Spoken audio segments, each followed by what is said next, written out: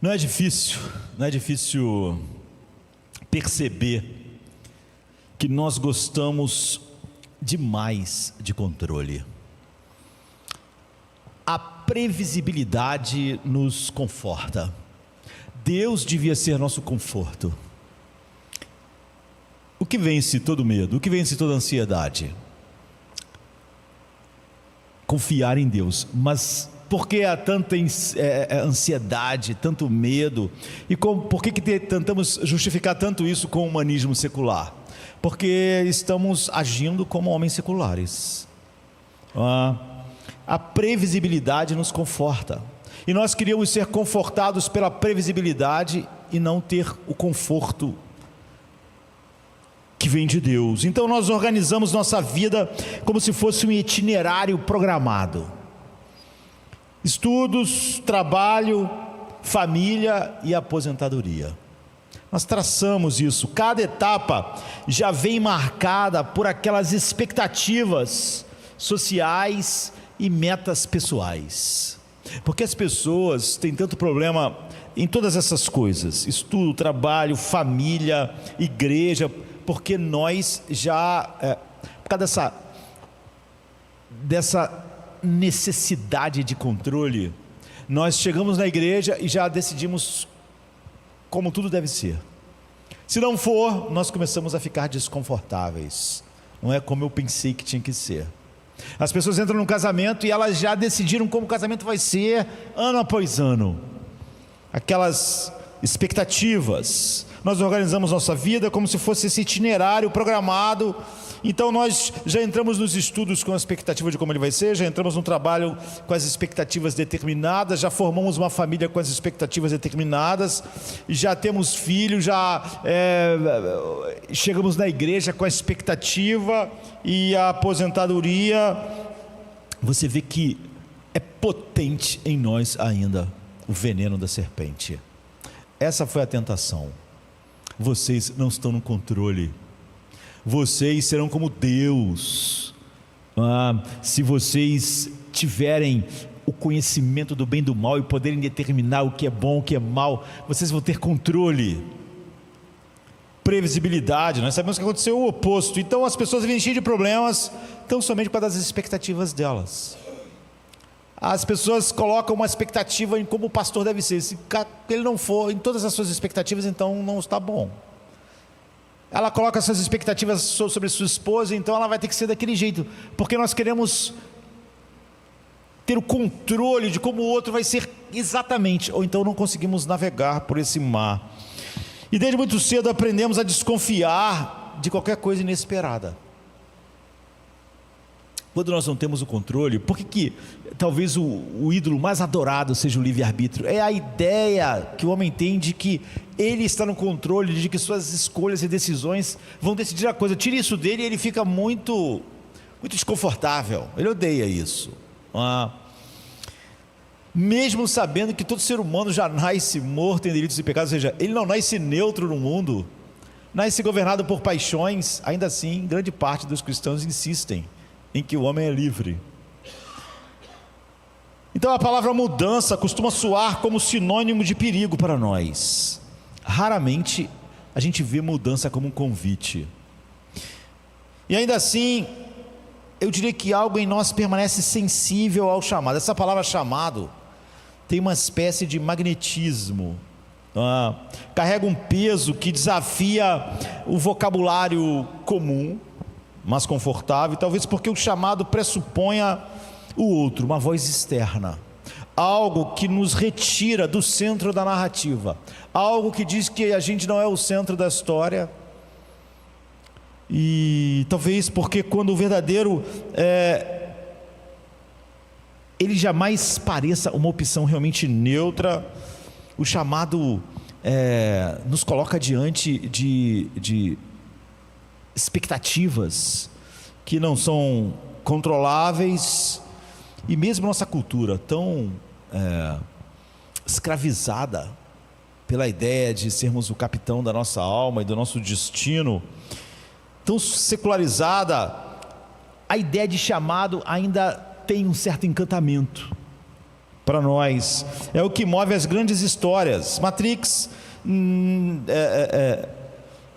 Neo recebe um convite para sair da ilusão e encarar uma verdade desconcertante. Se você vê o Senhor dos Anéis, Frodo é chamado a levar um anel maligno para ser destruído.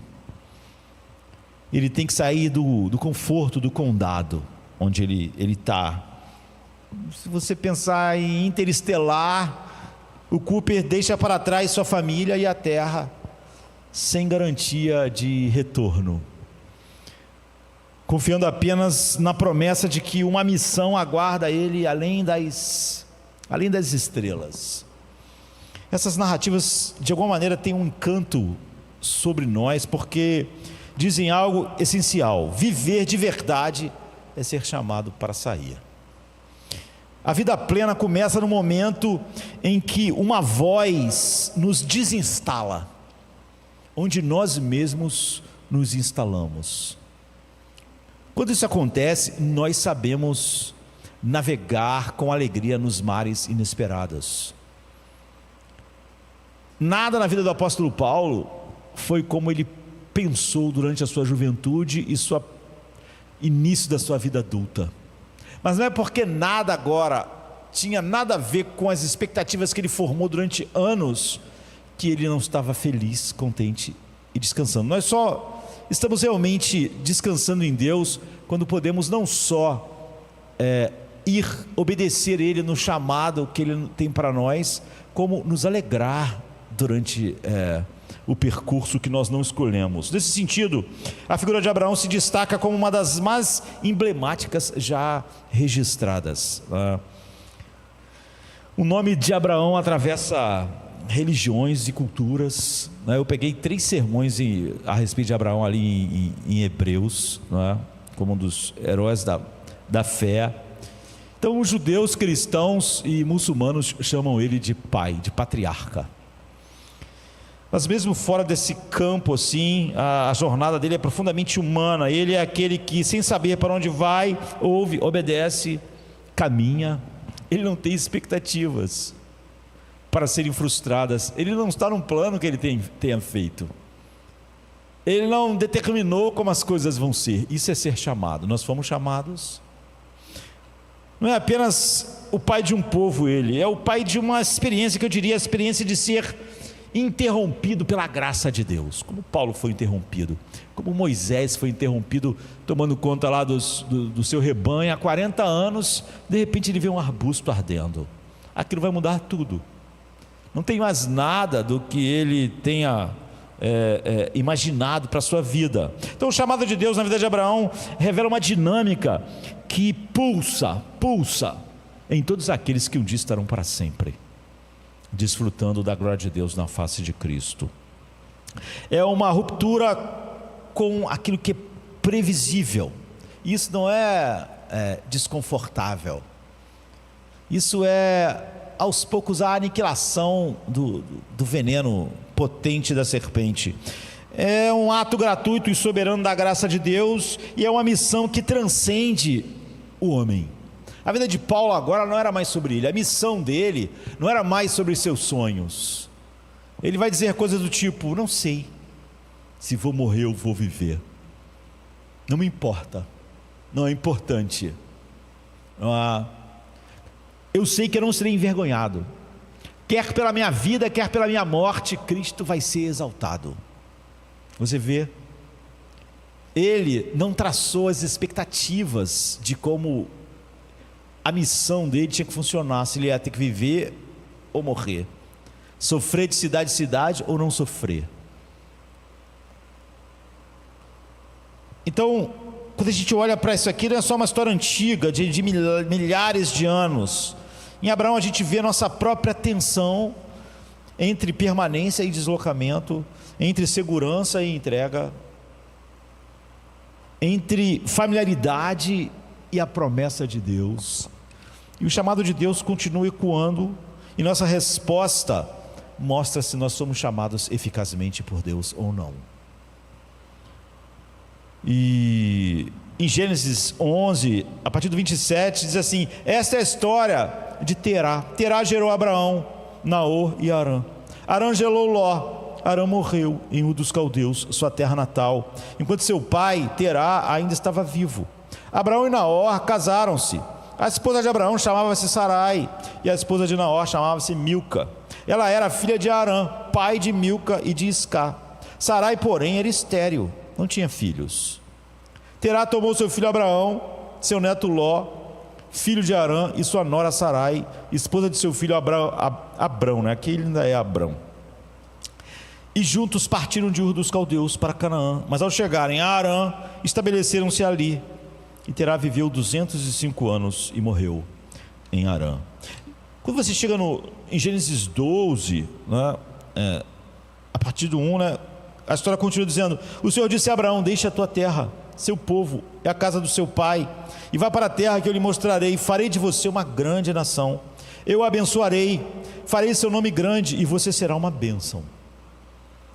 Abençoarei aqueles que te abençoarem, e amaldiçoarei aqueles que te amaldiçoarem. E por meio de você todos os povos da terra serão abençoados. Então Abraão partiu como o Senhor lhe havia ordenado, e Ló foi com ele. Abraão tinha 75 anos quando saiu de Harã. Ele levou sua esposa Sarai, seu sobrinho Ló, todos os bens que haviam acumulado e as pessoas que haviam adquirido em Harã, e partiram para a terra de Canaã, onde chegaram. Abraão atravessou a terra até o lugar do grande carvalho de Moré, em Siquém. Naquela época, os cananeus habitavam a terra. O Senhor apareceu a Abraão e disse: a sua descendência darei esta terra. Então ele construiu ali um altar ao Senhor que lhe havia aparecido. De lá ele seguiu para as colinas a leste de Betel e armou sua tenda, com Betel a oeste e Ai a leste. Ali construiu um altar ao Senhor e invocou o nome do Senhor. Depois Abraão partiu e continuou em direção a Neguebe. Então Abraão é uma figura extraordinariamente importante. Nós sequer conseguimos imaginar pessoas mais importantes que Abraão na história do mundo. Você vai botar poucas pessoas junto com ele. Como eu disse, sempre que você vê uma mesquita, sempre que você vê uma sinagoga, ou sempre que vê uma igreja, não importa que igreja, qualquer igreja cristã, você sabe que todos eles chamam Abraão de seu patriarca. Ou seja, são pessoas que se consideram, de uma forma ou de outra, filhos de Abraão. E isso abrange a maior parte dos habitantes do mundo. Você não pode, na verdade, compreender a civilização mundial sem compreender a história desse homem. Imagine você não poder compreender a história, a civilização do mundo sem compreender Abraão, porque a influência dele na história do mundo é tão grande, tão gigantesca. De forma mais existencial e prática, ao ler a história de Abraão, você vê algo muito atraente. O propósito a gente viu que o nome dele inicialmente é Abrão, é um nome estranho, né? A gente não está nem mais acostumado assim. Mais tarde será Abraão, mas não é muito importante, porque Abrão significa pai. Abraão significa pai de muitos. Então você vê que é bem parecido. A gente, se fosse fazer com uma coisa mais, com uma maior intimidade, Abrão seria papai e Abraão é o grande papai. E são tão parecidos que não há grande diferença, nem no nome Abrão para Abraão, nem no significado. E essa é uma pessoa que não apenas viveu a vida apenas não aconteceu, sabe? Ele não apenas viveu uma vida que acontece. Ele não seguiu o fluxo dos acontecimentos da sua geração, da sua época, os pensamentos. Ele não foi, se vivesse hoje, um humanista secular. Ele foi tão diferente. Ele de alguma maneira fez a vida acontecer, ele viveu uma grande vida, e isso já é evidente pelos textos que a gente leu. Ele se opôs à sua família, à sua sociedade e à sua cultura. Isso é muito raro. O monoteísmo hoje é algo que a maioria das pessoas considera natural. Existe um só Deus no mundo todo. Mas na época de Abraão não era assim. Ninguém acreditava nisso. Todo mundo acreditava em vários deuses. Então Abraão estava sozinho no mundo. Ele era o único monoteísta no mundo. Já pensaram nisso? Você tem uma ideia de Deus que é única, diante do mundo inteiro que pensa diferente. Nenhum de nós nunca teve numa situação dessa, de se apegar a uma verdade, quando não alguns, não o seu país, não a sua família, mas o mundo inteiro pensa diferente e diz diferente. Agora, de onde vem o tipo de grandeza que faz você ficar firme diante da opinião do mundo inteiro, incluindo os grandes, os sábios, os reis, os poderosos, os gênios, os ignorantes? Ou seja, de onde vem esse tipo de grandeza? Ele viveu essa grande vida. Hoje nós podemos chamá-lo de um homem de uma visão, que nada podia abalar a visão que ele tinha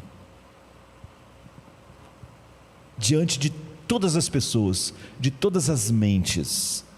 Mas não é exatamente isso. O que tornou Abraão grande foi o chamado de Deus, porque você não vê nada grande nele até Deus chamá-lo. Nada especial, nada que o distinguisse de todos os outros. E o ponto que a gente então quer destacar é que o que torna a sua vida especial, distinta de Abraão, é o chamado de Deus. Tire o chamado de Deus e ele é um homem como todos os outros homens.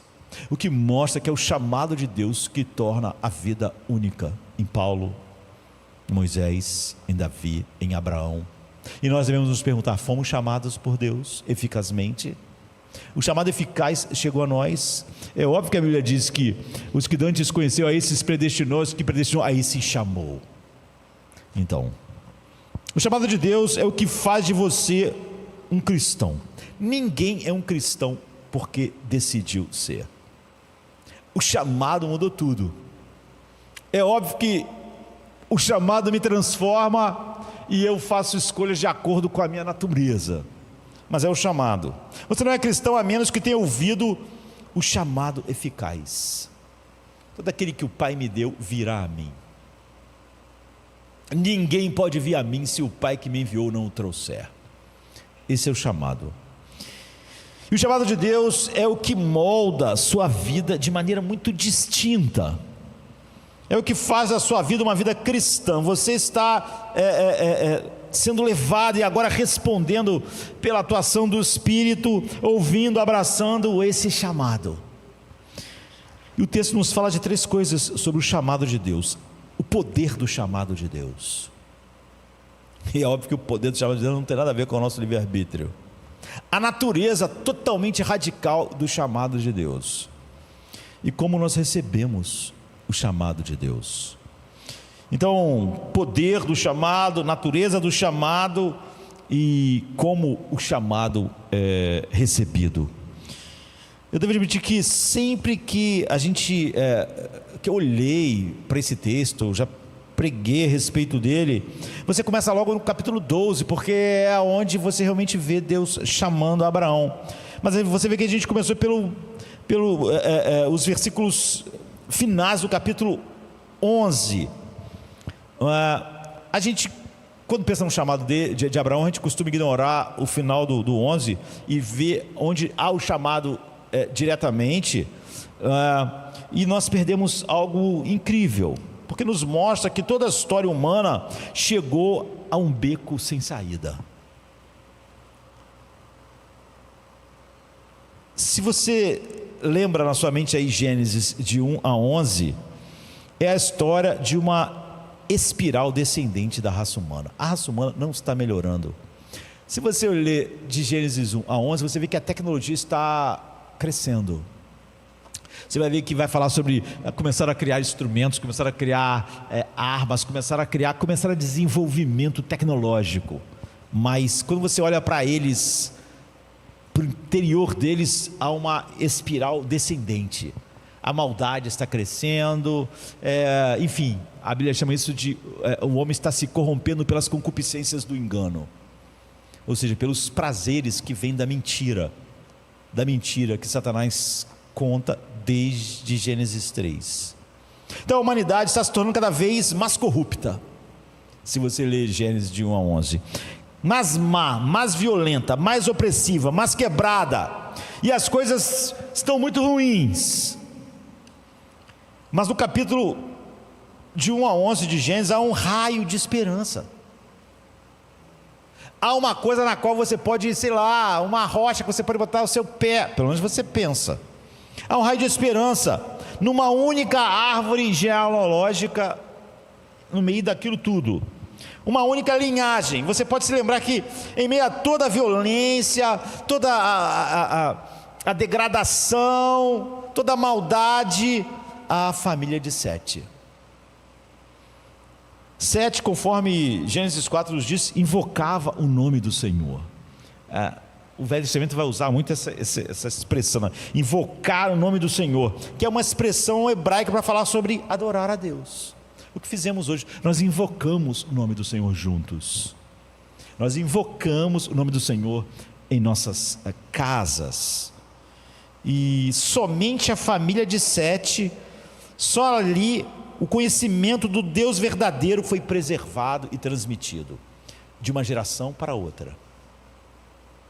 Tudo o resto degenerou. Mas no capítulo 11, 27 diz assim: esta é a história de Terá. Aqui nos leva a esse ponto, porque Terá e Abraão, seu filho, são o fim da linha. Se havia alguma esperança por causa da família de Sete, você vê que ela chega no fim da linha. E é realmente o fim da linha, porque esses versículos nos contam algo trágico e desastroso. Primeiro, a palavra Terá significa lua. Ur dos caldeus era o centro da adoração da lua, da deusa Nana, né? E você vê que o nome do pai de Abraão é em homenagem a esse Deus. Abraão era um adorador da lua, seu pai era um adorador da lua, seu avô foi um adorador da lua. E Abraão já tinha 75 anos. Então Ur dos caldeus era esse centro da adoração lunar. Então a verdadeira família, a família que devia preservar a linhagem de Sete, a última família que sabia quem Deus era,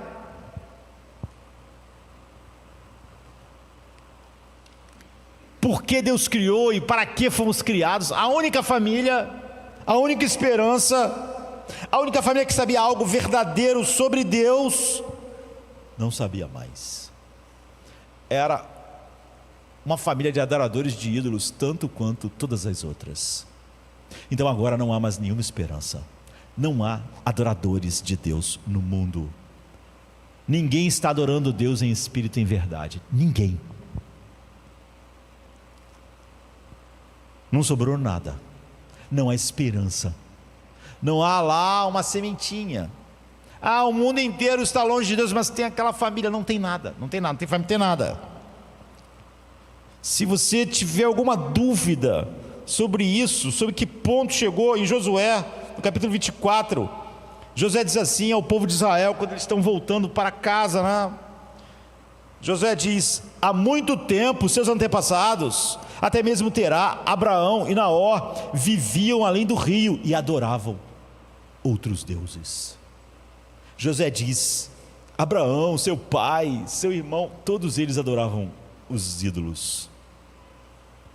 Mas o Senhor tomou seu pai Abraão da terra além do rio. No meio dessa desesperança, sem nenhuma esperança humana, nenhuma família, não é que ninguém mais, todos os adoradores da lua, por exemplo. Josué diz: mas Deus foi lá e chamou Abraão. Alguém estava buscando isso? Não, ninguém nem conhecia Deus. A família de Abraão estava? Não. Alguém estava orando por um avivamento? Não. Ninguém estava orando. Alguém estava pedindo que Deus começasse algo, uma mudança nas coisas? Não, ninguém estava. Não sobrou ninguém. Não havia um verdadeiro adorador, não tinha mais nada.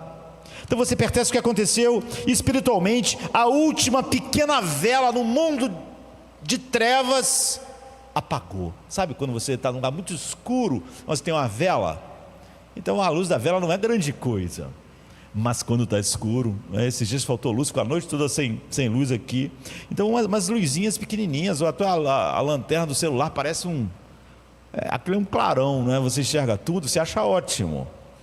Então quando você está num lugar muito escuro, mas você tem uma vela, então há luz ainda, você vê as coisas, mas espiritualmente, na família de Abraão, a última pequena vela se apagou, e é tão triste. Por mais pequena que seja a luz de uma vela, quando ela se apaga e você fica todo na escuridão, você vê o que a escuridão é, não é? Porque aquela pequena luz estava mantendo algo. E o último lugar onde alguém sabia algo sobre Deus, a última família que sabia algo sobre Deus, perdeu Deus. Ninguém mais tem. Não há esperança. Qual é a esperança do mundo? Que alguém, por si só, ou que um grupo de pessoas tivesse uma estratégia. Não tem mais, não tem luz. Isso não é verdade apenas espiritualmente, mas também fisicamente. O fim da linha. Porque Sara era estéril. O que significa? Significa que não apenas a última família que conhecia algo sobre Deus se perdeu espiritualmente, mas estava prestes a acabar fisicamente. Era o ponto final, tanto da família que conhecia Deus espiritualmente, que não conhecia mais, como da família, daquela linhagem que vai acabar. Sara não pode ter filhos, não haverá mais família. A esterilidade de Sara é uma metáfora poderosa para a completa desesperança do homem, individualmente, e da sociedade humana. Não há nada redentor nela, na sociedade, como não há nada redentor em cada pessoa individualmente. Não há nenhuma luz, não há nenhuma busca, não há quem busque a Deus, não há quem faça o bem. Essa é a metáfora perfeita. Esse texto nos diz que não há futuro previsível a não ser um futuro terrível para cada homem individualmente e para a sociedade em geral. Não há poder humano para inventar um futuro melhor. A raça humana e a história humana chegaram aqui em Abraão num beco sem saída. Acabou, está acabado. Se você podia ainda pensar e colocar sua esperança numa família humana, não tinha mais. A história parece ter batido num muro intransponível. Acabaram-se todos os recursos. Não existe planos, não existe estratégias, não existe desejo, não existe nada. Nada de bom pode nascer dali. E é precisamente nesse ponto que Deus fala. Isso é puro evangelho. Mas como na escuridão, grande parte da igreja dos nossos dias perdeu o evangelho, porque acredita que existe alguma esperança que de alguma maneira está ligada a algum homem, ou algo no homem, ou ao livre-arbítrio do homem, ou o desejo do homem. Não consegue ver a desesperança do homem até o chamado de Deus. Ele não está só nas trevas, ele ama as trevas. Ele não só ama as trevas, ele é trevas. Paulo diz assim: o seu coração insensato se tornou escuridão. Não é triste? Não é que seu coração insensato ficou na escuridão, Paulo diz, mas é que o coração insensato do homem é a escuridão. Não é que a mente humana tem inimizade contra Deus, porque quando alguém tem inimizade contra a pessoa, você pode conversar com os dois, tentar achar um meio termo e eles fazerem as pazes. Mas Paulo diz que a mente humana é a inimizade. Não é que ela é inimiga de Deus, ela é a própria inimizade. E inimizade não pode ser feita amiga de nada, ela é a inimizade. A mente humana não é inimiga de Deus, ela é a própria inimizade contra Deus. Então Deus fala, e quando Deus fala, há uma esperança nessa desesperança toda. O beco sem saída é o cenário ideal para que você conheça a graça. O que é a graça? O beco sem saída que você vê em Abraão, na família dele, é o lugar ideal para que você veja o que a graça realmente faz, o que é o chamado de Deus. O beco sem saída é o cenário assim, para que a graça interrompa o futuro inexorável e faça algo novo. Isso nos confronta profundamente, porque nossa lógica ainda é a de merecimento, planejamento, controle, e o homem exercendo sua vontade, etc. Esperamos que Deus fale, nos dando planos que nós podemos executar. Que Deus apenas fale e nossas mentes, por nós mesmos, deixassem de ser a inimizade contra Deus. Ou que nosso coração insensato, que é trevas, de alguma maneira, nós tivéssemos como sendo trevas. A trevas não quer ser outra coisa, porque senão a luz é a morte das trevas.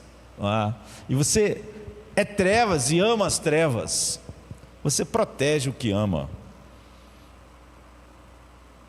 Deus sempre chamou pessoas, homens, ou a história, quando não tinha mais nenhum lugar para ir. Quando todas as esperanças no homem tinham acabado. Ele vai fazer isso em Abraão ter um filho. Ele espera até que Abraão seja tão incapaz de ter um filho quanto Sara. Ele espera não haver recurso humano nenhum. Ele esperou até a última família que devia conhecer algo sobre ele não conhecer mais. Até a última família adorar só a lua. Para quando ele falar, ficar evidente que a voz dele cria o que ela fala. Como no início. Ninguém clamou da escuridão, nos faça luz. E Deus disse, haja luz. Não. Ele falou e ele criou a luz pela sua fala. Não havia desejos de luz no caos. Não havia nada, caos é caos. Então qual é o primeiro princípio? O primeiro princípio é que estamos sendo mostrados o poder do chamado livre da graça soberana de Deus. Ninguém jamais buscou a Deus porque estava exercendo seu livre-arbítrio. Porque o homem sempre faz o que ele quer, mas ele sempre quer o mal. Ele pode querer mal de maneira diferente. Ele pode se prostituir, mas ele está fazendo aquilo porque ele acha que aquilo vai fazer ele feliz. Ou ele pode ser um moralista, mas porque ele acha que aquilo vai fazer ele, nele mesmo, melhor. O homem está sempre voltado, e todas as ações, as piores ou as melhores que nós acharmos horizontalmente, são impulsionadas pelo seu ego. Então me deixe trazer isso para a realidade. O poder do chamado de Deus significa que o chamado de Deus é absolutamente necessário, e é absolutamente livre, e é absolutamente soberano. O que ele devia aos homens no mundo? Todos os adoradores da lua. O que ele devia à família de Abraão? A não ser o seu juízo. Então primeiro, o chamado não é que é algo bom, é que ele é necessário ou nada vai acontecer. Não é que o haja luz de Deus é bom, é que ou ele fala haja luz ou não haverá luz de outra forma. Não há outras possibilidades. Abraão estava na melhor família da terra, porque era a única família ou a única linhagem que devia conhecer Deus. Mas no entanto, não fosse o chamado de Deus, você vê que Abraão era tão ruim, tão perdido, como todas as outras pessoas. O fato de ter pertencido à melhor família não fez dele nada mais do que um adorador da lua. Todo mundo era adorador da lua. O fato da família que a pessoa foi criada, você vê as coisas que ensinaram, não fez diferença nenhuma no fim. Quem nasceu nas piores famílias, quem era da descendência de Caim, e quem era da descendência de Sete, todo mundo chegou no mesmo buraco. Pertencer à melhor família, ser da descendência daquele que invocou a Deus, não gerou nas pessoas nada diferente. O resultado final é o mesmo.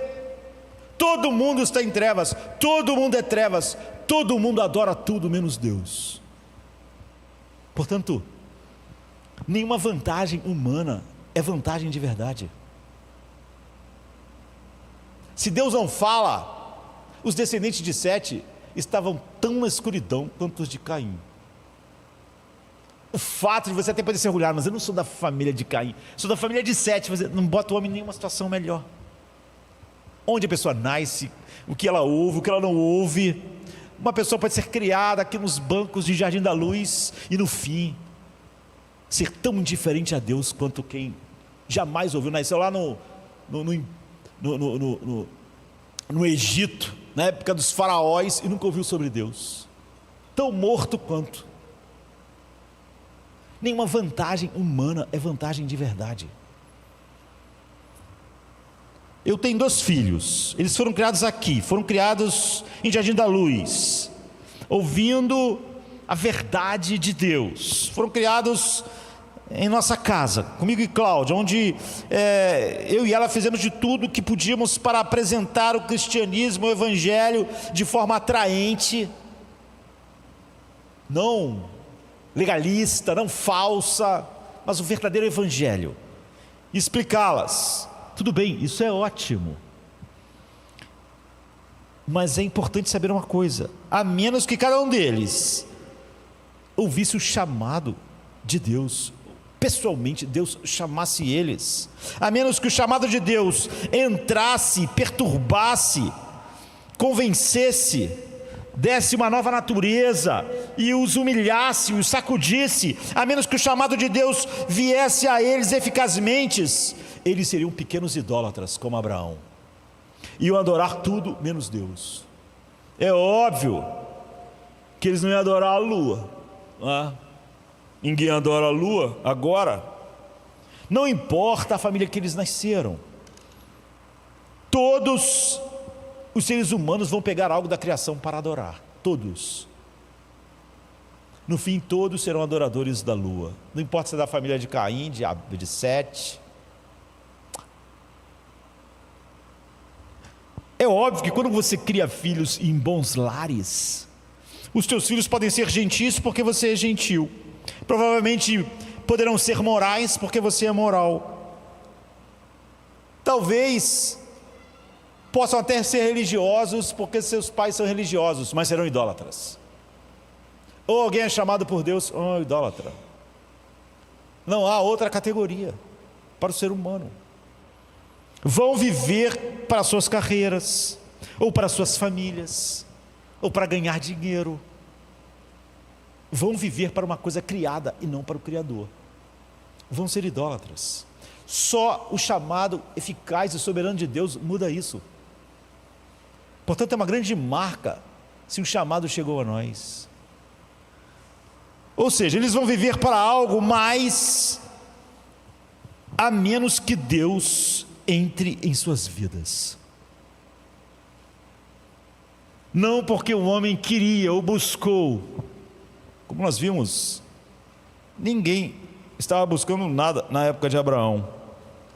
Então, é ótimo quando fazemos tudo o que devemos fazer, e se não fizermos, então pior ainda, não é? E os nossos filhos são chamados por Deus.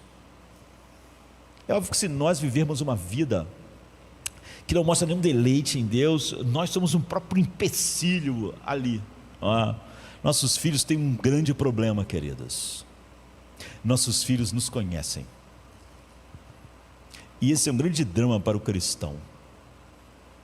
Nossos filhos nos conhecem em casa, nos conhecem no dia a dia, sabem se Cristo é tudo isso para nós mesmos, É por isso que tem muitos, é fácil, gente criada na igreja chegar a uma certa idade e querer viver, porque ele via o pai lá em casa só falando mal da igreja, das pessoas, não via o pai fazendo nada, não combinava, e o mundo inteiro não via, mas o filho via.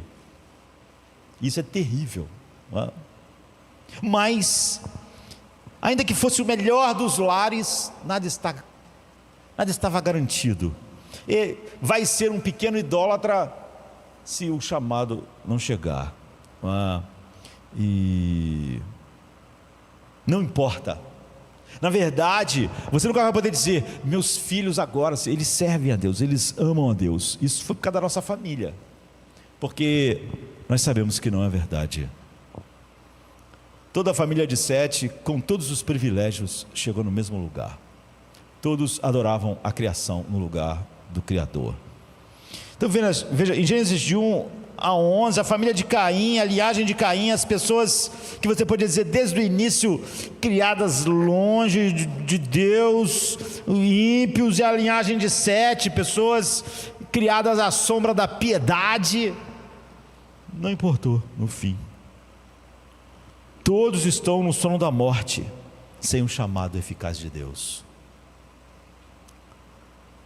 Essa é uma necessidade absoluta. O chamado de Deus não é mais uma coisa que se junta a outras coisas que levam alguém para algum lugar. O chamado de Deus faz tudo ou nada vai ser feito. Não há nenhuma esperança no que o homem faz, nem para si, nem para os seus. Deus tem que entrar, Deus tem que perturbar, Deus tem que desestabilizar. E em segundo lugar, esse chamado sempre terá que ser gracioso. Deus não deve salvar meus filhos porque são meus filhos. Deus não deve salvar ninguém pelo que aquela própria pessoa é ou vai ser, porque se ela vai ser algo a não ser trevas, é porque Deus fez isso. Deus não pode olhar para alguém que é luz no futuro e falar: vou escolher aquele cara porque ele vai ser luz, porque aquela pessoa não pode ser luz no futuro, a não ser que Deus tenha feito isso. Portanto, a escolha de Deus não pode depender de alguém ser luz no futuro, porque é a escolha dele que vai fazer aquela pessoa ser luz ou continuar sendo trevas. Então o poder do chamado não se vê apenas no fato de ser absolutamente necessário, mas também no fato de ser absolutamente gracioso. Se você vê ele só como necessário, mas achar que Deus deve ele a alguém, você perdeu o chamado de Deus. Então Abraão não era qualificado, Abraão não era um cara bom, todo mundo adorava a lua e ele também. Ele não era jovem, não é porque ele era inexperiente, ele tinha 75 anos. Abraão não era fiel, Abraão não seria fiel se Deus não chamasse ele, não seria o pai da fé se Deus não lhe desse a ele o dom da fé. Porque de onde viria essa luz na vida de alguém que é trevas, se não do próprio Deus que é a luz? Como Deus poderia olhar para o futuro de Abraão e ver alguma coisa que não fosse escuridão, já que ele era trevas? Então o chamado vem a Abraão porque ele é desqualificado, porque se ele não fosse totalmente desqualificado, o chamado não era por graça. A família de Abraão foi chamada não porque a família de Sete merecia, porque você vê, e Deus deixou tempo suficiente até verem que os privilégios que foram dados à família de Sete não deu em nada. Eles estavam todos no mesmo buraco no fim. Se era descendente de Sete, de Caim, não importa. Então deixa eu colocar assim: o chamado de Deus é um ato absoluto da graça soberana de Deus. Ele não vem porque você está qualificado, você está qualificado porque Ele veio até você. Alguém é luz porque Deus disse haja luz, e não Deus diz haja luz porque aquela pessoa já ia ser luz mesmo, então Ele aproveita e fala o que já ia acontecer. No Gênesis, o caos e as trevas não iam virar luz, e Deus aproveitou: agora eu sei a hora que Ele vai virar luz, eu vou esperar, e quando chegar pertinho da hora, eu vou dizer haja luz. Aí quando houver a luz, as pessoas vão pensar que eu que criei aquilo. Eu sei que vai ter um universo, mas eu não tenho nada a ver com isso. Mas eu sei o que vai acontecer. Então eu vou esperar até a hora que o universo vai surgir assim. Então naquela hora eu vou falar, e todo mundo vai pensar que é a minha fala que está criando as coisas, mas não está. Isso é ridículo. Mas isso é a base do pensamento de muitos cristãos. Em outras palavras, se eu quero contratar alguém para consertar meu carro, para mexer no meu computador, eu falo. Mas como é que eu falo? Eu procuro alguém que já tenha a capacidade. Eu ligo para alguém especializado em TI para mexer lá. Eu chamo um mecânico. Qual é um bom mecânico? Eu pesquiso na internet. Aí eu falo. Mas você vê, eu só ligo para você se você já é qualificado. Eu vou fazer uma operação. Quem é o melhor para operar o coração, a coluna? É esse cara aqui, vou falar com ele. A minha fala não está fazendo ele qualificado. Ele é qualificado e por isso eu chamo ele. É a qualificação dele que define o meu chamado. Eu chamo porque ele é qualificado. Ele é o melhor cirurgião disso. Ele é o melhor mecânico. Ele é o melhor para mexer em computadores. Então eu chamo ele, porque o chamado humano não pode dar qualificações, mas o chamado de Deus pode. Ou seja, se preciso operar o coração, não pego alguém que não tem a menor ideia sobre isso e falo: venha operar meu coração. E quando eu falo isso, ele se transforma no maior cirurgião cardíaco do mundo. Não, porque o meu chamado não qualifica as pessoas. Elas precisam estar qualificadas para eu chamá-las. Mas Deus é totalmente diferente. O chamado de Deus dá aquilo que é necessário. Lázaro, sai para fora. Lázaro não tem nada. Quem está criando a vida, fazendo tudo, é Deus mesmo. É a fala dele. Haja luz. Houve luz. Mas nosso chamado, como ele não dá, como ele não concede a capacidade, você só pode chamar quem é capaz. Você tem um problema, você vê quem é muito qualificado, está com um problema sério, precisa de um advogado. Quem é um bom advogado? Então você chama ele. O teu chamado depende da qualificação do outro. E ele é chamado porque ele é qualificado. Mas não o chamado de Deus. O chamado de Deus cria a qualificação. Há um filme de 1964, Beckett, e é um filme com Peter O'Toole, que interpreta Henrique II, um rei na Inglaterra, lá na virada do primeiro milênio, muito tempo atrás. E Richard Burton interpretou Thomas Becket. E é óbvio que o filme é baseado na história real. E Henrique Thomas Becket eram amigos, muito amigos, o rei e esse homem da igreja. Mas eles eram amigos de bebedeira. Eles tomavam todas juntos. E Henrique II, século XII. É interessante que Thomas Becket, nasceu em 1128 depois de Cristo. Olha quanto tempo. Estamos falando de uma quantidade enorme de séculos. Morreu em 1170. E ele era da igreja. Ele era um sacerdote da igreja. Ele era um ministro, mas ele era igual o rei, corrupto, vivia para bebedeira, para mulherada, vivia nas mesmas sensualidades. Eles eram apenas bons companheiros de copo. Henrique II e Thomas Becket. E quem escolhia o chefe da igreja na Inglaterra era o rei, que é o arcebispo de Canterbury. Aqui no Brasil fala da cantuária, que era a pessoa mais importante da igreja no reino bretão lá. Então Henrique II teve uma ideia maravilhosa. Ele falou assim: eu é que escolho o líder total da igreja, vou escolher o Thomas, porque ele vai ser o líder da igreja, ele não vai ficar perturbando a minha vida com Deus disse isso, Deus disse aquilo outro, porque ele é meu companheiro de copo, ele está comigo junto com as mulheres, então é a escolha ideal para me ter paz, assim, não ter alguém, um líder da igreja aí me perturbando, que eu não posso isso, não posso aquilo outro, porque ele é igual a mim, ele faz as mesmas coisas. Então, exatamente por ele ser totalmente igual a ele mesmo, não tem nenhum interesse em Deus, na Bíblia, não tem interesse em nada, Henrique disse: é isso que vai fazer eu escolher ele não vai ficar me dizendo como eu devo viver a vida, que eu estou sendo um rei injusto aqui, um rei injusto ali, que eu devia fazer isso, não devia fazer aquilo, e ele não vai me dizer para parar de andar aí com todas essas mulheres, falando sobre o casamento como uma aliança com Deus, não vai ficar fazendo isso, ele não vai fazer nada disso, porque ele é ótimo, porque ele é igual a mim,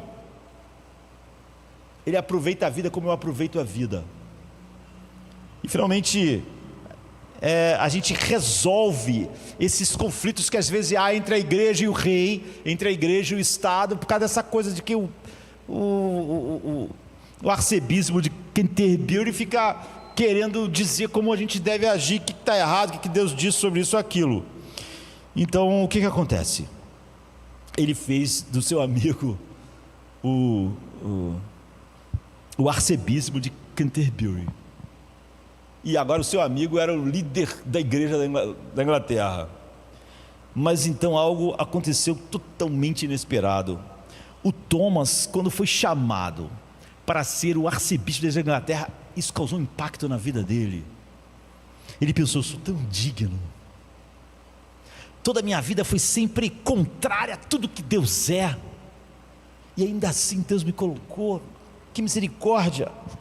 Embora eu seja completamente corrupto, completamente profano, completamente indigno, completamente desqualificado, agora eu sou o bispo da Inglaterra, que misericórdia. De repente ele percebeu suas misérias, e aí ele foi transformado,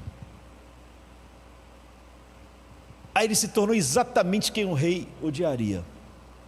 Um cara que só pensava na palavra de Deus, ficava dizendo: está errado isso, está errado aquilo. Imagine a situação do Henrique II, querido. Tudo que ele queria deu tudo errado. Ele escolheu o pior cara, para o cara que bebia com ele, ficava com as mulheres com ele, e agora o cara virou um cara comprometido com Deus. E porque Thomas Becket, ele percebeu a graça de Deus, assim, só Deus para chamar um miserável como eu para ocupar um lugar assim, só a misericórdia. Ele percebe que ele é tão indigno, e isso acabou transformando ele, e ele se torna uma pessoa que quer viver uma vida de integridade segundo a palavra de Deus, e realmente apresentar e fazer com que a igreja da Inglaterra fale sobre o Evangelho. E ele começa a fazer isso, ele começa a representar a palavra, a chamar Henrique pelos seus erros que ele está cometendo. Henrique fica possesso. Finalmente, Henrique fica cheio de conflitos, porque ele era o melhor amigo dele, e ele se tornou esse cara que dizia a verdade, o que Deus dizia. E finalmente, numa noite, Henrique bêbado, ele não tinha coragem assim de dar uma ordem, porque era o melhor amigo dele, mas ele, perto dos cavaleiros do rei, ele disse: quem dera esse Thomas fosse morto. Os cavaleiros ouviram, pensaram: vamos fazer o que o rei quer. E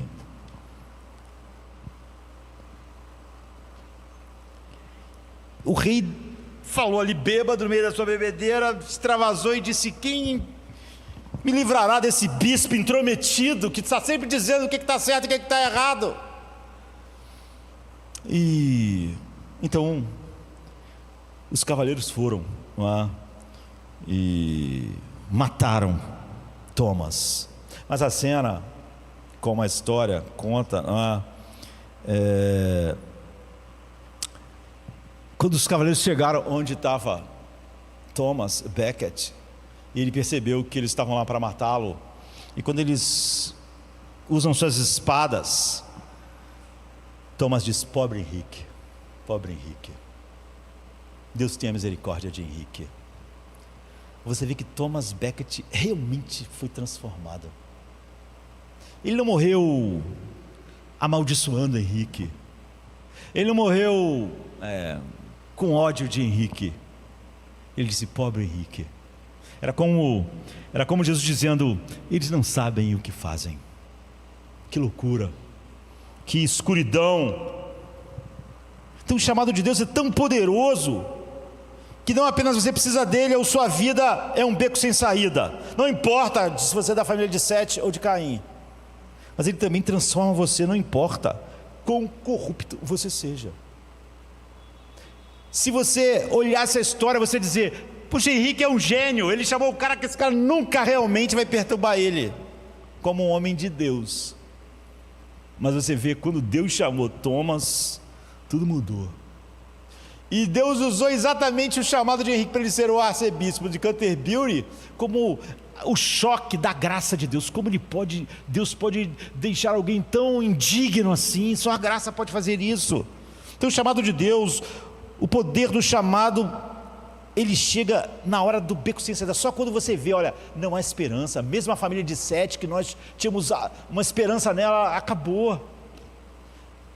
E a família também vai acabar na esterilidade de Sara. Acabou, não tem esperança humana para o mundo.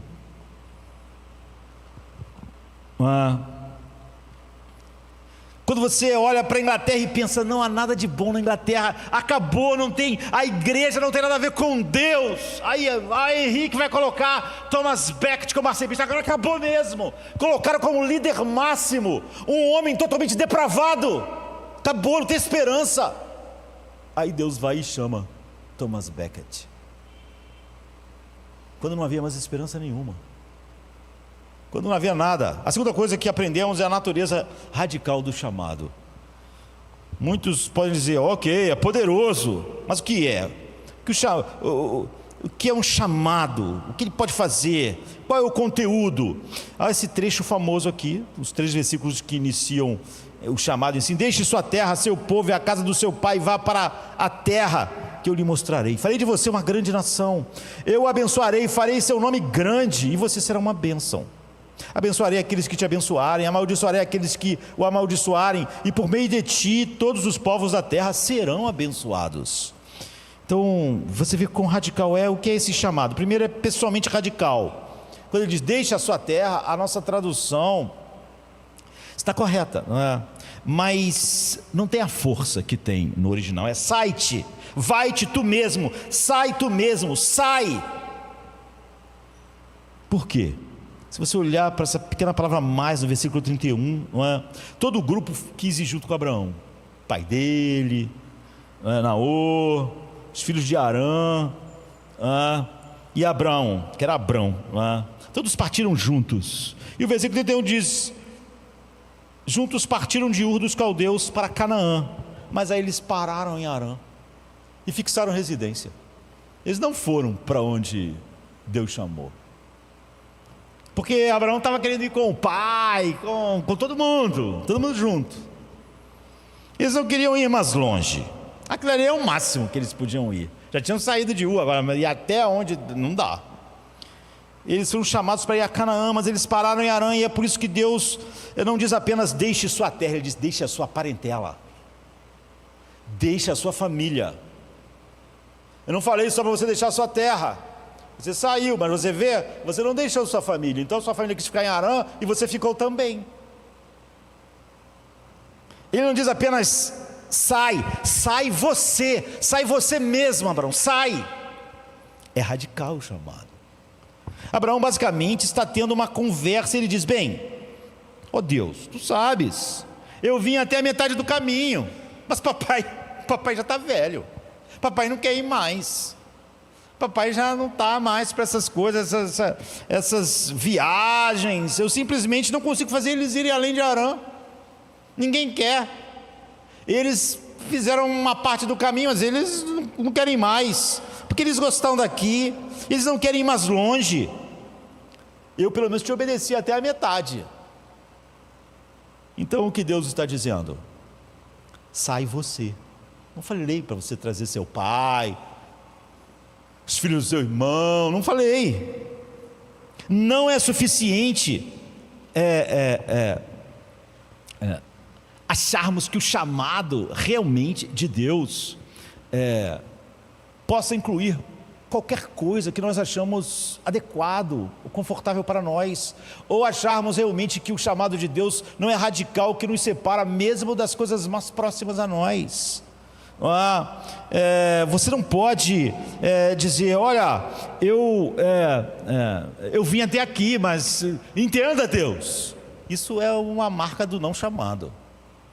Em segundo lugar, esse chamado é volitivamente radical. Por que essa palavra volição? Porque no cerne, o chamado de Deus é uma rendição da vontade. Quem foi chamado? Quem rendeu a vontade. Não é quem rendeu algumas coisas. Eu saí de Ur, mas também até lá não dá para ir. O lugar onde você vê isso é onde a primeira frase é deixada em aberto: saia da tua terra, saia do teu povo, saia da casa do teu pai e vá para a terra que eu vou te mostrar. Isso é ser cristão, queridos. Mas isso é terrível. Ele não diz, vai para a terra tal, latitude tal, longitude tal, o GPS da terra é esse, vá em frente, no terceiro deserto vire à esquerda. Não, ele apenas diz, saia, mas não vou te dizer para onde você está indo. O chamado de Deus é assim. Mas naturalmente nós não somos assim.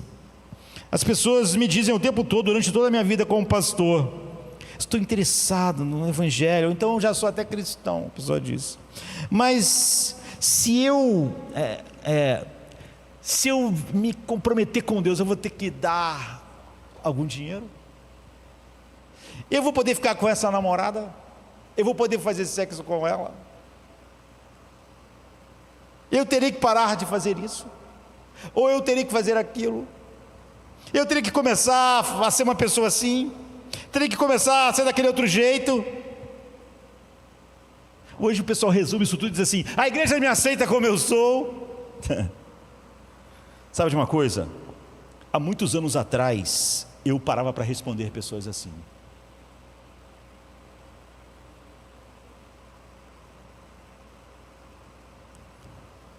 Eu dizia, bem, sim, os cristãos podem fazer isso e isso, mas não podem fazer isso. Bem, o que Deus diz a respeito do dinheiro do cristão é isso, o que Deus diz a respeito do sexo é isso, e o que Deus é aquilo. Mas facilmente eu percebi que eu estava totalmente errado em fazer isso. Quando você diz, eu sairei se você me mostrar onde eu vou, o que eu vou ter que parar, o que eu vou ter que continuar, fica evidente que Deus não chamou essa pessoa. Ela quer saber tudo isso para decidir se vai ser útil para ela ou bom para ela seguir aquilo ou não. É óbvio que ela não rendeu a vontade. Você sabe quando Deus chamou Paulo? O que Paulo disse a Deus? Ô Deus, você sabe que eu sempre fui um fariseu. Se eu seguir a ti, Cristo, eu vou ter que parar com isso, vou ter que parar com aquilo, vou ter que fazer isso, porque eu quero ver aqui se vai dar. Paulo diz assim, Senhor, o que queres que eu faça? Isso é render a vontade. Isso é o chamado soberano. Paulo não quer saber. O que queres que eu faça? Não há condições.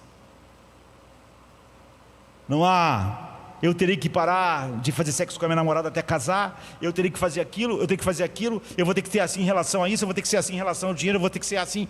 Como eu terei que ser para eu ver se eu vou? Você vê que Deus diz, Abraão, saia da tua casa para onde eu vou te mostrar. Abraão não diz, me diz como é a terra aí para me saber se eu quero ir ou não.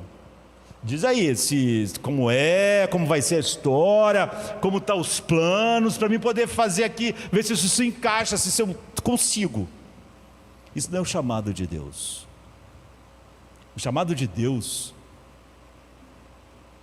a conversão, o chamado eficaz, é uma rendição da vontade. Jesus resume isso de outra forma, ele diz: aquele que não negar a si mesmo e tomar a sua cruz, não pode me seguir. Você vê, muitas pessoas confundem o que Jesus está dizendo.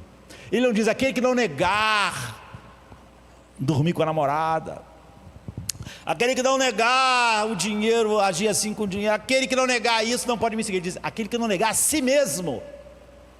Negar você, não são coisas. Negar a sua vontade é render a vontade. É o que queres que eu faça? Vá para a terra que eu te mostrarei. Então eu vou. Eu não vou dizer: como é a terra? Pastor, como é a terra que Deus quer que eu vá? Para me saber se eu vou nessa ou não. Quando a pessoa faz essa pergunta, você sabe, ela não foi chamada por Deus. Ela quer pesar os prós e os contras, para ver se, sabe, Abraão dissesse: até Harã eu vou, mas mais de Harã não vou, porque papai não vai. Não, saia. Eu não vou te dizer onde é. Saia, renda a sua vontade. Saia da casa do seu pai. Quando você diz: eu sairei se você me mostrar para onde eu vou, se me mostrar exatamente o que vai acontecer comigo, exatamente o que eu posso fazer, exatamente o que eu não posso fazer, exatamente como eu faço com o sexo, exatamente o que eu vou fazer, se eu vou olhar isso tudo, vou fazer um grande balanço e vou chegar a uma conclusão se eu posso ou não me relacionar com isso, se eu suporto ou não essa coisa aí. Você não está respondendo ao chamado de Deus. Como eu disse, imagine se Paulo respondesse outra coisa que não fosse: o que queres que eu faça, Senhor? Deus disse: eu te mostrarei o quanto você deve sofrer pelo meu nome. Você está, quando faz essas perguntas: pastor, se eu for dessa igreja, ou então se eu me converter, eu terei que fazer isso, terei que fazer aquilo. Você está mantendo o controle da sua própria vida. Você não está entregando sua volição, você não está negando a si mesmo. Você não acha maravilhoso render a sua vontade a Deus? Você não está rendendo a vontade, você está permanecendo no trono. Momento após momento eu vou decidir do meu pequeno trono se aquilo é conveniente ou não. Você está ficando no volante e diz: você senta aí do meu lado e vai dizendo o caminho. Se eu achar que o caminho está ficando esquisito, eu não vou. Você não pode tomar a cruz sem antes negar a sua vontade. Vontade não é negar algumas coisas que você faz sobre sexo, dinheiro, família, amizade. Você nega a sua vontade, você nega você mesmo. Não importa. Simplesmente não importa. Porque se você rendeu a vontade, já não importa qual é a história que Deus vai escrever. Porque senão o que você está realmente dizendo é o seguinte: eu ficarei feliz em ir se eu souber para onde eu estou indo. Eu vou ser feliz em seguir Cristo se isso fizer sentido para mim. Mas isso aí que está falando não faz sentido para mim, então isso eu não quero. Essa pessoa não foi chamada eficazmente, não foi chamado por Deus. Deus realmente diz a Abraão: saia. E Abraão diz: para onde? Deus diz: eu disse quando preguei isso em Hebreus, eu vou te mostrar depois, apenas saia. Mais tarde eu falei que Deus disse a Abraão: eu te darei um filho. E Deus diz: como? Deus diz: eu te mostrarei depois, apenas descanse de que você vai ter um filho, porque eu estou falando que vai. Quanto tempo? Nós sabemos que vai demorar décadas. Finalmente ele diz: vá para o topo da montanha e sacrifique seu filho. E Abraão diz: por quê? Não faz sentido para mim, Deus. Matar meu filho é o filho da promessa. Tudo que tu falou para mim está caindo por terra agora, porque o Senhor está falando para me matar quem é o filho da promessa. Eu esperei 25 anos pelo menino. Já faz quase 40 anos que essa história começou, desde a tua promessa. Agora vai na montanha e mata ele? Não faz sentido para mim, não vou obedecer isso. Ele diz: vá e faça. e eu te mostrarei. Isso é cristianismo, não decidido por mim. Esse é o chamado eficaz de Deus. Você nega a si mesmo, você toma a sua cruz e segue Cristo. Você não tem perguntas porque você já negou a si mesmo. Não importa onde vai ser a terra, não importa. Eu vou ser um mártir se te seguir, não importa, Pedro. E João, também não importa. Se eu quiser que João fique vivo, não importa. E se eu quiser que você morra num ato de adoração pelo valor infinito da minha glória, então, não importa. Ao longo dos anos, as pessoas constantemente dizem, olha, as pessoas às vezes veem a obra de um mesmo autor e acham que elas são iguais. Às vezes as pessoas veem pessoas gostando muito do Senhor dos Anéis, por exemplo, e dizem assim, eu tentei gostar também, mas não gostei não. E se você perguntasse, por onde você começou? Eu comecei com o Hobbit, né, já sabia que isso foi antes. E aí, naturalmente, é muito difícil você gostar demais de Tolkien, começando pelo Hobbit, porque o Hobbit é um livro para crianças. O Hobbit é uma aventura para crianças. O Senhor dos Anéis é uma trilogia para adultos. Eles falam de coisas diferentes. Depois que você gosta dos Senhor dos Anéis, você é óbvio que vai ler o Hobbit já com outros olhos. O Hobbit é uma aventura, mas o Senhor dos Anéis é uma missão. Então, no Hobbit, que é um livro para crianças, ele é mais leve, é uma aventura. O Bilbo vai ter uma grande aventura e vai voltar para o condado. E quando você vai ver, o Bilbo é exatamente quem ele era antes. Ele só tem histórias para contar como quando você faz uma viagem. Foi tudo bom, tudo legal, mas voltei para a vida real, né? A aventura é assim, é uma coisa emocionante que você escolhe. Você vai, tem suas aventuras, tem suas emoções, e isso dá uma pimentada na vida. Fiquei um mês viajando, foi ótimo. Depois você volta para casa e retoma a sua vida onde parou, exatamente. Do mesmo lugar. Você é a mesma pessoa.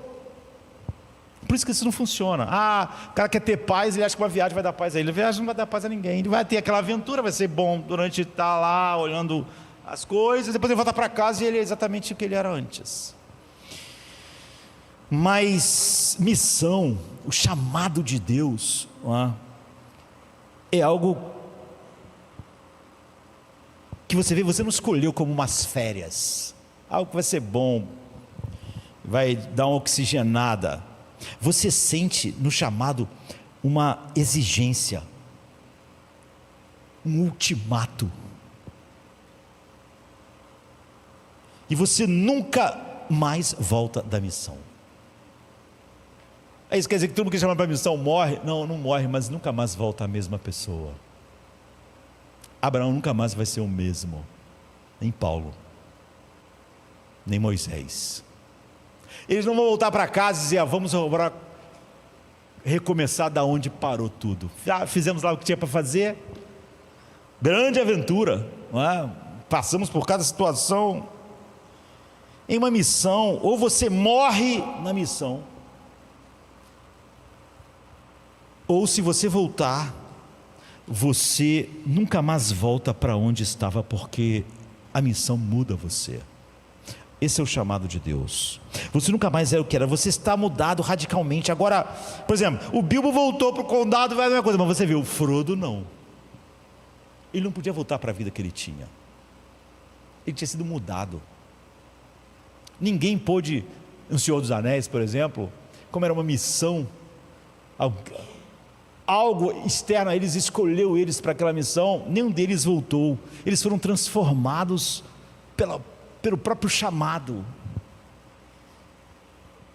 Já como é uma aventura igual o Hobbit, o Bilbo volta igual, e pensando nas próximas aventuras. Então, o Evangelho não é uma aventura em que você vai, é muito bom para você, por causa das suas, a vida está muito difícil. O Evangelho é bom porque, como uma viagem, como uma aventura, ele te dá uma oxigenada, te bota para cima, e depois você retorna para a sua vidinha, como ela foi. Não.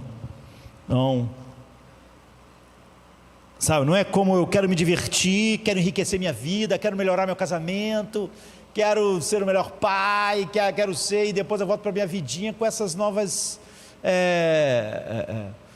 visões de alguma coisa. Não. O cristianismo é uma missão. Deus diz: saia. E o chamado dele muda completamente a pessoa para sempre. Nunca mais ele vai voltar. Ou ele vai morrer na missão, ou se ele voltar para onde ele estava antes da saída, vamos dizer assim, ele volta uma pessoa tão diferente que ele nunca mais pode voltar para a vida que tinha. Quando alguém nega a si mesmo, toma a cruz, nós sabemos para onde a cruz está indo. Jesus não está falando sobre uma bijuteria. Todo mundo que carregava a cruz morria nela, sem exceção. Naqueles dias, carregar a cruz, você quando começava a carregar a cruz, você já tinha se despedido da sua família. Você não esperava: amanhã eu vou ver todo mundo de novo. Isso é um momento ruim. Isso que é complicado as pessoas chamar a cruz dos problemas da vida, né? Esse aqui é um momento ruim, mas amanhã eu vou estar em casa, minha esposa vai cuidar de mim. Não. Um homem que tomava a cruz naqueles dias já tinha se despedido dos seus filhos, da sua esposa, do seu trabalho, dos seus amigos. Ele já tinha se despedido da sua vida. Não tinha volta. Não diga nunca sobre o evangelho: como isso vai enriquecer minha vida, pastor? Como isso vai enriquecer meu casamento? O cristianismo é uma vida nova. Não é um enriquecimento da tua vida velha. Não é consertar as partes que você acha ruim da sua vida velha. Isso é uma marca de não ter sido chamado por Deus.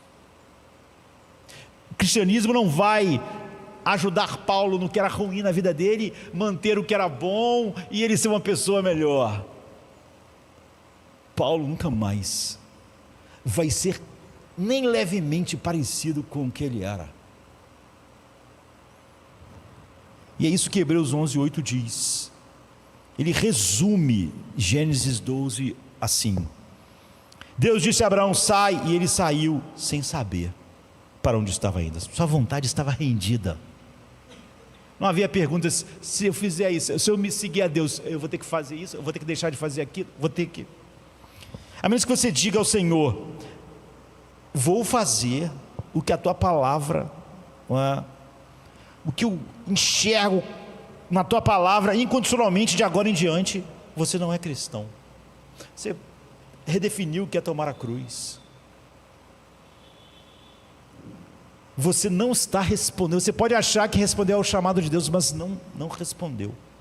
Não foi um chamado que criou algo novo, como a luz em Gênesis, como Abraão, do adorador da lua, em Ur dos Caldeus, para ser o pai da fé. Ou seja, não é os feitos dele, é o homem justificado somente na justiça de Cristo.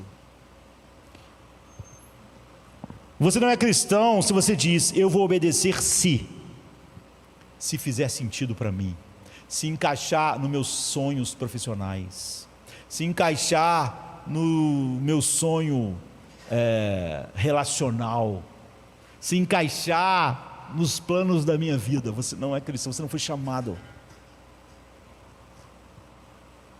Você não é cristão até que você tire a sua mão da sua própria vida, até que você diga: Senhor, o que queres que eu faça? Como Paulo respondeu, como Moisés, como Abraão. A terceira coisa é que isso é missional. Não vou desenvolver isso aqui hoje, por causa do horário. Mas você vê que Deus diz assim: eu farei de ti uma bênção.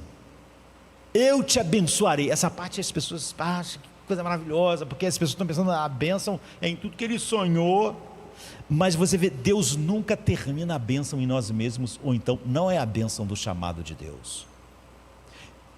Eu te abençoarei, e você será uma bênção para as nações.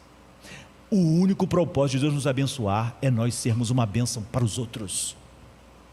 O propósito de Deus de me abençoar com todas as coisas espirituais em Cristo é eu levar essa verdade aos outros, é ser uma bênção para os outros. Foi uma bênção, Deus chamou um homem miserável como eu, para quê? Para você ser uma bênção na escuridão do mundo que você vive. Como eu disse aqui, acho que no início do culto, semana passada, não sei se à noite ou de dia, né, falando a respeito desse chamado de Deus para nós, que não termina nunca em nós mesmos. Se Deus me abençoa, é para eu ser uma bênção. Não há nenhum outro propósito em Deus me abençoar, porque sempre as bênçãos de Deus na nossa vida fazem parte da missão. Eu te abençoarei, mas por quê? Para que você seja uma bênção, porque por meio de você todas as famílias da terra serão abençoadas. Eu te abençoo para que os outros sejam abençoados através de você. É isso que contém o chamado de Deus.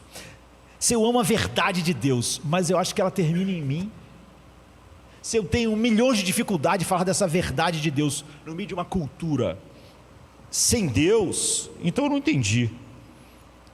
Então essa verdade realmente não me transformou, não é?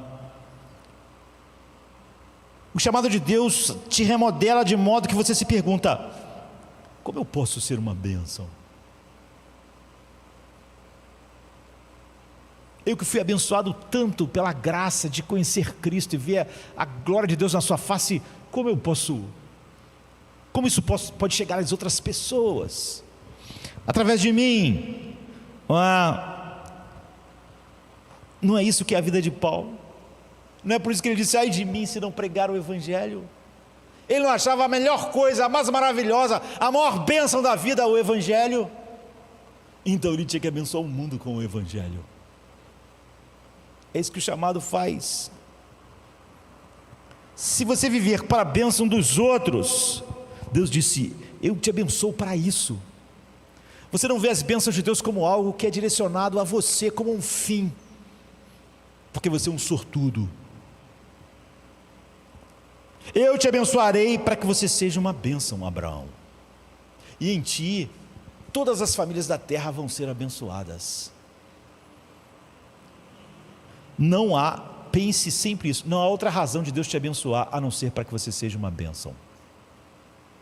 A bênção de Deus nunca é por causa dos nossos olhos, nunca é por causa de nós de alguma maneira somos um fim em si mesmo para a bênção de Deus.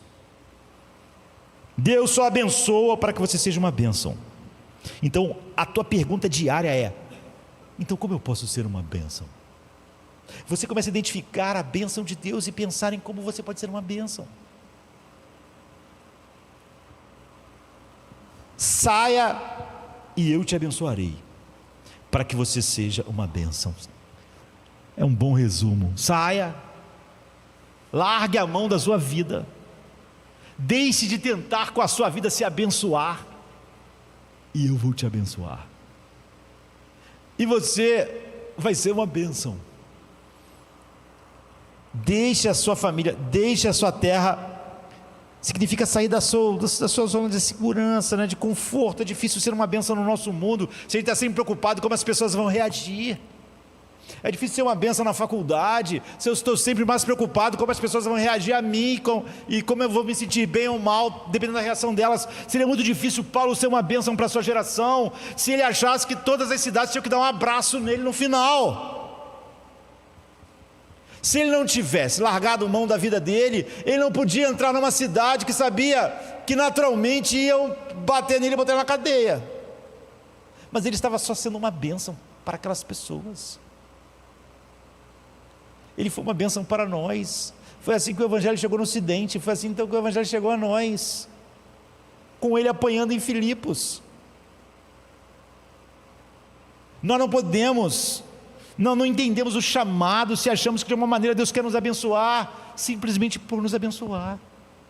Ele nos abençoa sem razões em nós. Abençoando te abençoarei, mas você vai ser uma bênção. E não importa, Abraão nunca chegou em lugar nenhum. Ele nunca chegou finalmente à terra e Deus disse: aqui, não precisa mais de barracas, agora você chegou, você está... Mas não importava. Você vê que ele chegou, ainda não... Ele saiu e não tinha chegado, e a Bíblia diz lá em Hebreus que ele não buscava uma terra, na verdade, nesse mundo edificada pelos homens, que ele agiu como quem via o invisível, que ele ansiava por uma terra, por uma terra não criada por homens, uma cidade, ela diz, não criada por homens, mas aquela que Deus mesmo dá. Então ele pôde ser assim sempre, ou seja, ele saiu e nunca saiu. É como nós saímos da nossa cultura, mas nós não saímos dela porque nós não vemos nada, não nos estamos relacionando com nada, estamos na nossa casa e na igreja, nossa casa e na igreja, nossa casa e na igreja. Não, nós saímos da nossa cultura, ela não tem nada mais sobre o nosso coração, mas nós ficamos nela. E nós ficamos a vida inteira nessa peregrinação. Nós já saímos da casa do nosso pai, da nossa cultura, não pensamos no que o humanismo secular diz para me ter uma ideia sobre quem eu sou. Eu saí. Mas em vez de eu ir para um lugar onde o humanismo secular não chegou, não existe, eu fico lá ali no meio. Eu vou ser uma bênção. Essa é a ideia. Um cristão, ele nunca é uma coisa mais do que cristão. Ele nunca é assim: ó, quando eu estou na escola eu sou professor. Essa pessoa não é. Não foi chamada. Cristão, estar em Cristo e o chamado de Deus sempre é primeiro. Eu sou um cristão que é professor. Eu sou um cristão que é médico. Sou um cristão que faz isso. Eu sou um cristão que é marido. Sou um cristão que é pai.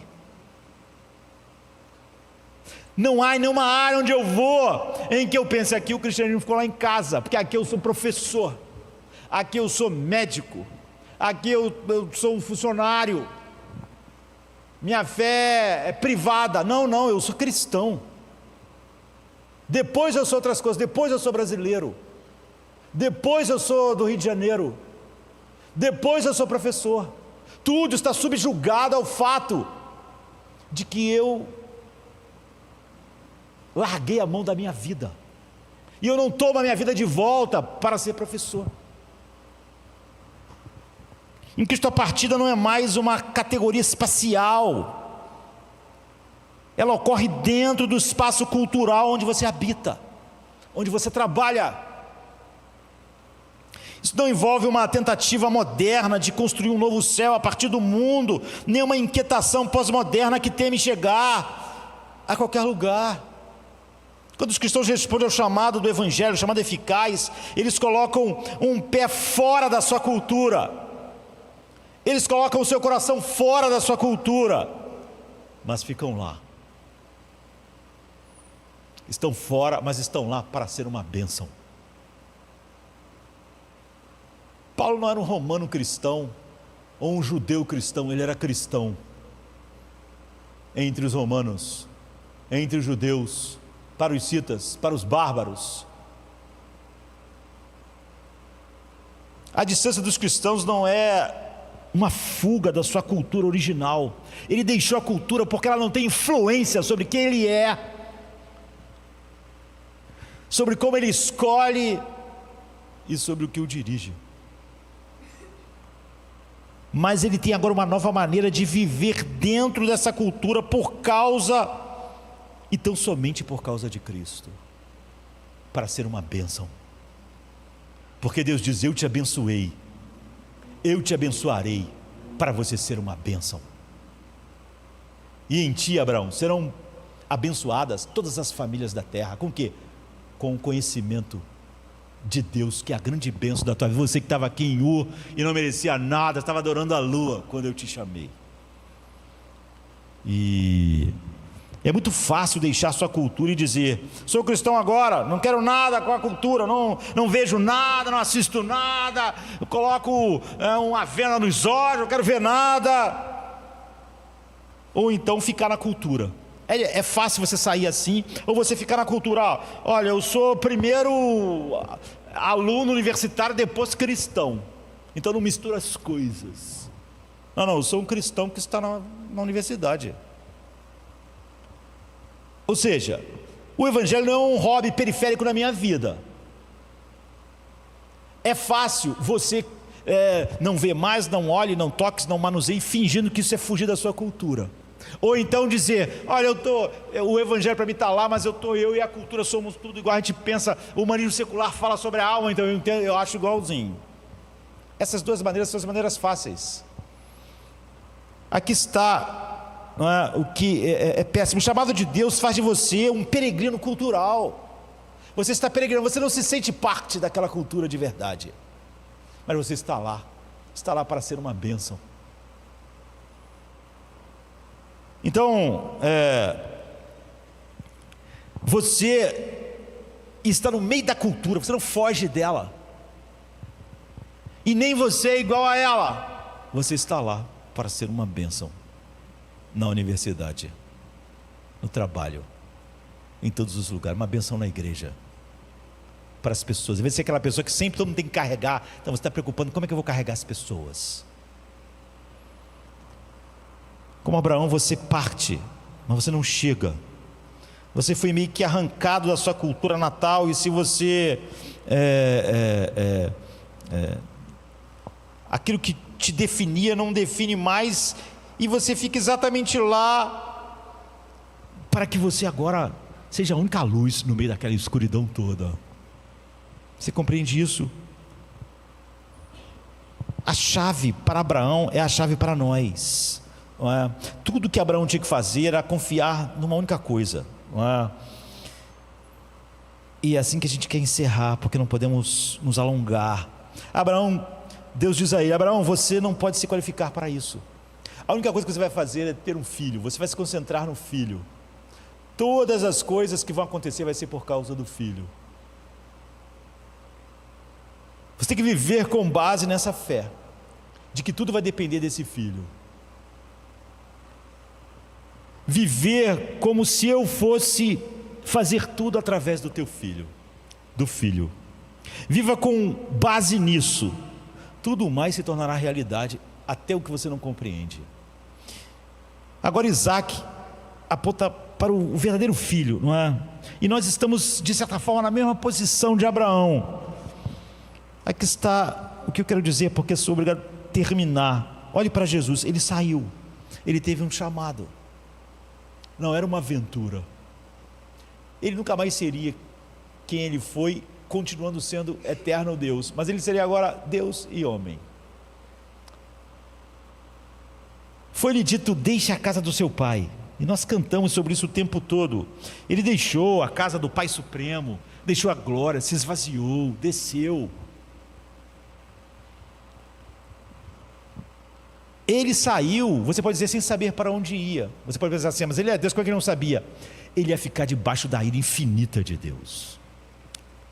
Ele não tinha como ter uma experiência anterior dessa realidade. Ele seria tratado como o inimigo de Deus. Não o inimigo que recebe, porque você só pode receber misericórdia nele, misericórdia, mas o inimigo que só recebe o que os inimigos finalmente recebem de Deus: a sua ira. Ele entrou num abismo. Ele vai ser exaltado sobre todas as coisas como Deus e homem. Mas para quê? Para abençoar a sua igreja. Você pode falar sobre qualquer coisa, sobre não ter lar. Então, ele foi completamente sem lar. Não ter pai, ele teve que perder a face do pai. Mas porque ele fez isso para pagar a nossa penalidade e para realmente nele todos nós sermos abençoados da maneira mais completa possível. É isso que Deus está dizendo, e é muito simples. Ele está dizendo, na verdade, eu sou o único que saí da casa do Pai de verdade. Sou o único que fiz tudo isso, e é essa a capacitação que eu dou àqueles que eu chamo eficazmente. Você, quando é chamado eficazmente, Deus cria isso criados em Cristo Jesus. Então, você será capaz de criticar sua cultura, mas não ter medo de ficar nela. Você será capaz de falar quão distante a cultura está de estar certa, sem querer fugir para as montanhas, porque as pessoas não vão gostar. Você será capaz de render sua vontade, você será capaz de lidar com qualquer oposição. Paulo, Moisés, Abraão. Essa é a chave. O filho da promessa. Você só olha para o filho e sabe, Deus vai fazer tudo no filho. Eu descanso no filho. Aí está toda a capacitação. Se você falar assim, e as pessoas falam, eu não vou ser, pastor, não vou ser capaz de lidar com isso, eu não sou capaz de lidar com aquilo, você não entendeu o chamado. O chamado não tinha nada a ver com o que eu era capaz. O chamado cria o que Ele quer em todos, o que Deus chama. Porque o chamado de Deus, a fala de Deus nunca volta vazia para Ele. Ele nunca disse haja luz e as coisas continuaram em trevas. Como eu disse, quando o teu chamado depende de alguém qualificado, porque o teu chamado não cria qualificação. Se você precisa de alguém que seja especialista em alguma coisa, você chama o melhor, o que já é qualificado. Porque se você chamar uma pessoa ignorante sobre aquilo, ela vai ser tão ignorante quanto era antes de ser chamada por você. Portanto, ninguém pode dizer simplesmente, o chamado de Deus não me capacitou, porque é exatamente o que o chamado de Deus faz. Diz haja luz e cria a luz. Então Jesus perdeu sua segurança suprema por você. Agora, certamente, só por causa disso, você pode perder suas pequenas seguranças, como Abraão estava perdendo, porque você tem a segurança suprema nele. É assim que você pode ser o que deve ser no meio da cultura. O chamado cria essa possibilidade. A ceia do Senhor, diariamente voltarmos à cruz, está nos lembrando disso. A ceia do Senhor é uma representação visual de como Ele respondeu ao chamado. Ele está dizendo, esse foi o meu chamado, esse é o meu corpo partido porque eu fui chamado, esse é o meu sangue, esse foi o meu chamado para longe da segurança, o chamado para longe do lar, o chamado para longe do meu pai. E porque eu fiz isso, agora, por causa do meu chamado, você pode fazer qualquer coisa por mim. É por isso que eu não digo para onde você vai. João, se ele vai morrer como Marte, não importa. Se Pedro, também não importa. O meu chamado vai criar tudo que é necessário para uma coisa e para outra. O chamado. Então a história de Abraão não é apenas um relato antigo sobre um homem obediente. É uma janela para o modo como Deus age no mundo, chamando eficazmente, soberanamente, chamando pessoas comuns em contextos rotineiros. Não há nada especial em Abraão até ele ser chamado. Era um adorador da lua como todo mundo.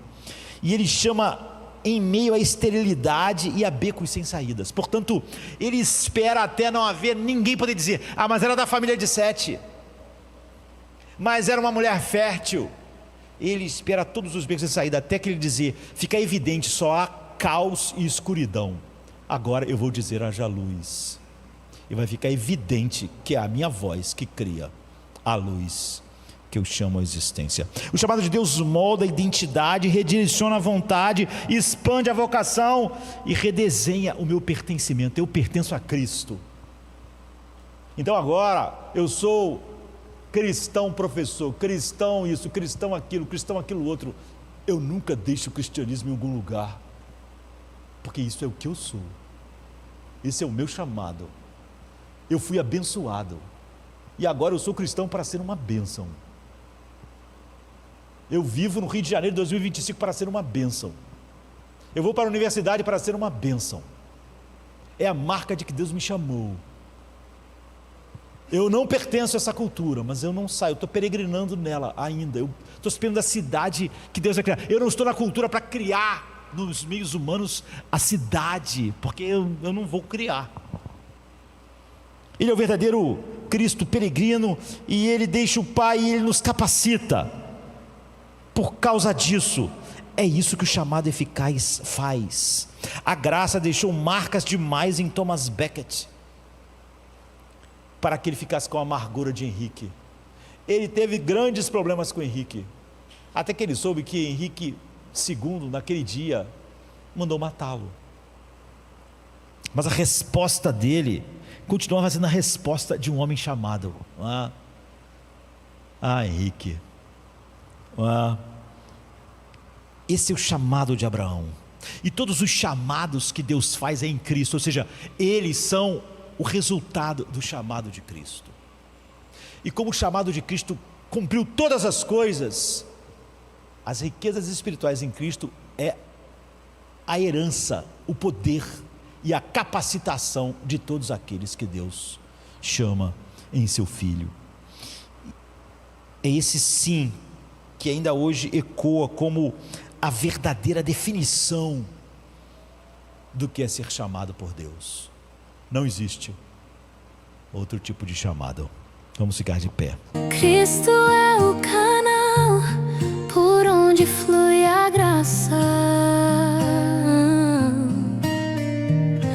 O óleo da misericórdia derrama e nos abraça.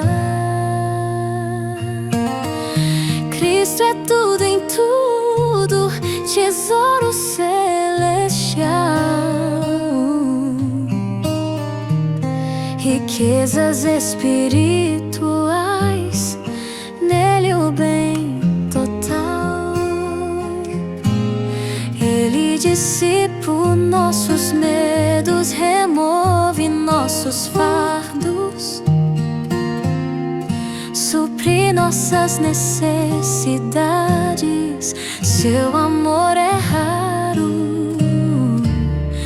Cristo é o maior bem, nada se compara a Ele. Quem tem a Cristo não precisa de mais.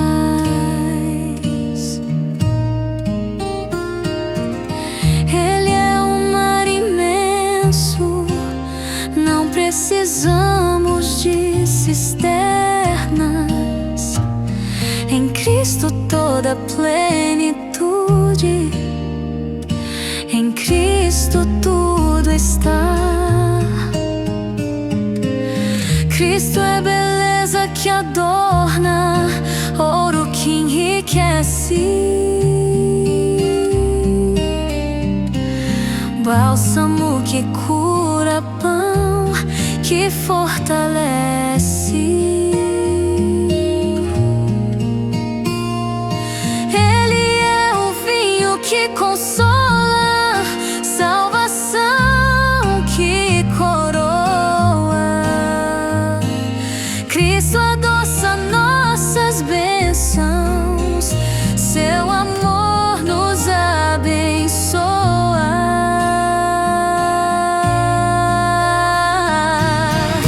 Cristo é o maior bem, nada se compara a Ele. Quem tem a Cristo não precisa de mais.